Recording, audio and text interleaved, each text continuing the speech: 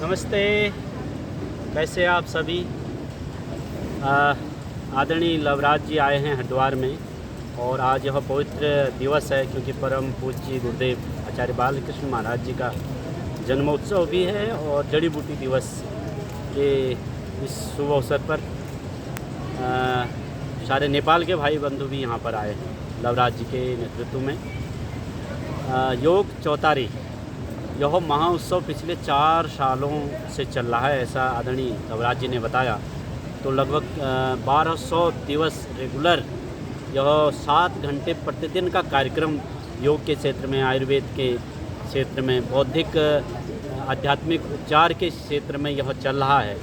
यह अनुकरणीय है और वंदनीय है, प्रशंसनीय है, क्योंकि इतने लंबे पीरियड तक हमने देखा है कि योग शिविर वगैरह हम लेते हैं 7 दिन का, 10 दिन का आज ये कार्यक्रम हम लेते हैं, लेकिन किसी कार्य को इतनी निरंतरता से इतने लंबे पीरियड तक चलाना यह एक विशेष गुरु भक्ति को ही प्रकट करता है, गुरु सेवा का वो गुरु श्रद्धा, गुरु के प्रति श्रद्धा को ही प्रकट करता है। नहीं तो इतना लंबा कैसे एक ही सत्र चल सकता है।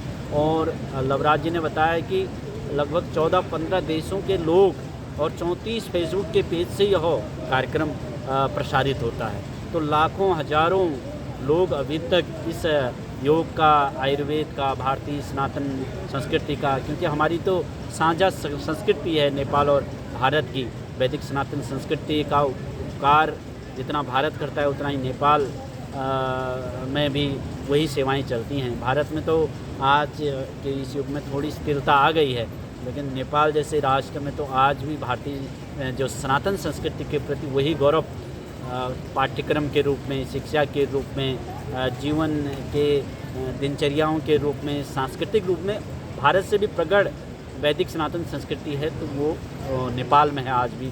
मैं देखता हूँ कि पाठ्य पुस्तकों में वो हिंदी के 1, 2, 3 गिनतियाँ होती हैं। चैत, वैशाख, जेठ, आषाढ़ हमारे जो मासिक वर्ष होते हैं उनका गणना की जाती है। तो लवराज जी के कुशल नेतृत्व में और इनके साथ जुड़े हुए सैकड़ों और अन्य संगठन के कार्यकर्ताओं के अथक प्रयास से यह कार्यक्रम निरंतरता से चल रहा है, क्योंकि आदमी योग करेगा तो स्वस्थ रहेगा और सात्विक भोजन लेगा तो स्वस्थ रहेगा, बीमार नहीं होगा तो स्वयं स्वस्थ रहेगा, अपने परिवार को बीमारियों से बचाएगा। आर्थिक जो क्षय होता है बीमारियों के कारण, जिसके कारण फिर हमें दवाई खानी पड़ती है, डॉक्टर के पास जाना पड़ता है, उससे भी बचत हो जाती है। और राष्ट्र का तो भला होता ही है। अगर मैं स्वस्थ हूँ, मेरा परिवार स्वस्थ है, मेरा समाज स्वस्थ है, हमारे कार्यकर्ता स्वस्थ है, तो राष्ट्र का उपकार, विश्व का कल्याण इसी में छिपा है। और यही वैदिक संस्कृति है जो हम कहते हैं ना, सर्वे भवन्तु सुखिनः, सर्वे सन्तु निरामया, सर्वे भद्राणि पश्यन्तु मां कश्चित् दुःख भाग्। तो उसी कार्य का चरितार्थन, जो चरितार्थ करने का कार्य नेपाल की यह योग क्या कहा हमने, योग चौतारी नेपाली वर्ड है ये, चौतारी, तो इसके द्वारा चल रहा है। तो सभी कार्यकर्ताओं का अभिनंदन, शुभकामनाएं देता हूं मैं, क्योंकि स्वयं भी आपके कार्यक्रम में एक बार भाग लिया हूं अपने बांसुरी के साथ।